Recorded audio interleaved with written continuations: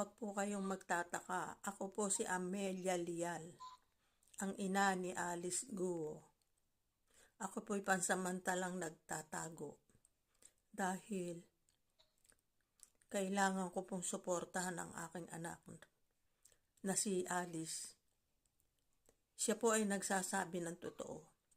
Ako po ang kanyang ina, si Amelia Lial. Kaya kayo po dyan sa Senado, pakawalan nyo na po si Alice Guo dahil ako po ang tunay niyang ina, si Amelia Lial. At hindi po totoong ang ina niya ay Chinese. Pilipina po ang kanyang ina. Kita nyo po yan, singkit din ang mata ko, pero ako po ay Pilipina. Kaya maniwala na po kayo kay Alice Guo. Siya ay aking anak.